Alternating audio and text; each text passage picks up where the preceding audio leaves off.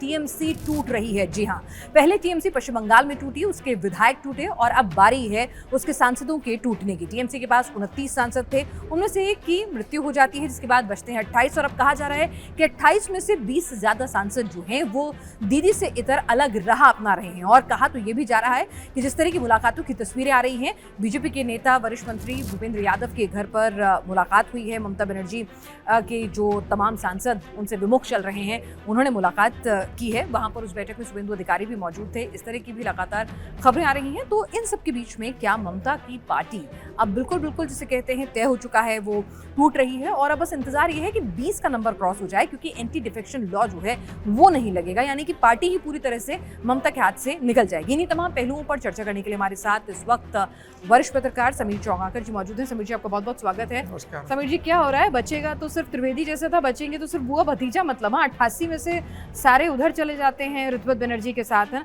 आज तो फराद हाकिम भी मिलने के लिए पहुंच गए हैं। दीदी के भाई हैं, वही बॉबी नाम से जाने जाते थे, कलकत्ता के मेयर थे, वो भी जा रहे हैं।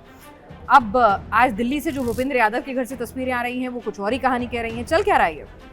देखिए, वो कहावत है ना कि बोया बिल बबूल का आम कहाँ से होए। तो ममता बनर्जी ने जो 15 साल बोया है पार्टी के अंदर अपने सांसदों के साथ, जिस तरीके से 15 साल सरकार चलाई है, उसकी परिणति ये होनी थी कि इतने जल्दी हो जाएगी कि 4 मई को चुनाव परिणाम आता है। और आज अगर हम देखें तो 8-9 जून को पार्टी इस तरीके से टूटे कि आपके 58 एमएलए टूटकर चले जाते हैं। जब लोग ममता बनर्जी दिल्ली आती है, सांसदों को कल फोन करती है, और ममता बनर्जी ने कल एक सांसद को पर्सनली फोन किया और इमोशनल होकर उनसे बात करने की कोशिश की। कई सांसदों ने बात की, कई सांसदों ने अपने मोबाइल स्विच ऑफ कर दिया, आउट ऑफ रीच हो गए, कई आउट ऑफ रीच हो गए। और ये तय था ममता बनर्जी को दिल्ली आने के पहले कि मेरे सांसदों का एक बड़ा टूट होने वाला है। और जिस तरीके से आज भूपेंद्र यादव जो बंगाल के चुनाव प्रभारी रहे, उनके घर पर जिस तरीके से सांसदों की बैठक हुई, ये तय है कि अब टीएमसी के अंदर बड़ी टूट लोकसभा में होने वाली है। अब ये देखने वाली बात होगी कि 28 सांसद टीएमसी के इस समय लोकसभा के अंदर है।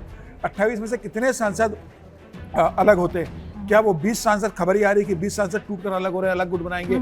लोकसभा स्पीकर आज दिल्ली में नहीं है, रात तक पहुंचेंगे तो कल मिलकर के अलग गुट की बात करेंगे। अब ये तय है कि ममता बनर्जी इधर इंडिया गठबंधन की बैठक कर रही थी, उधर ममता बनर्जी के सांसद अलग गुट बनाने के लिए पार्टी से छोड़ने की बात कर रहे थे।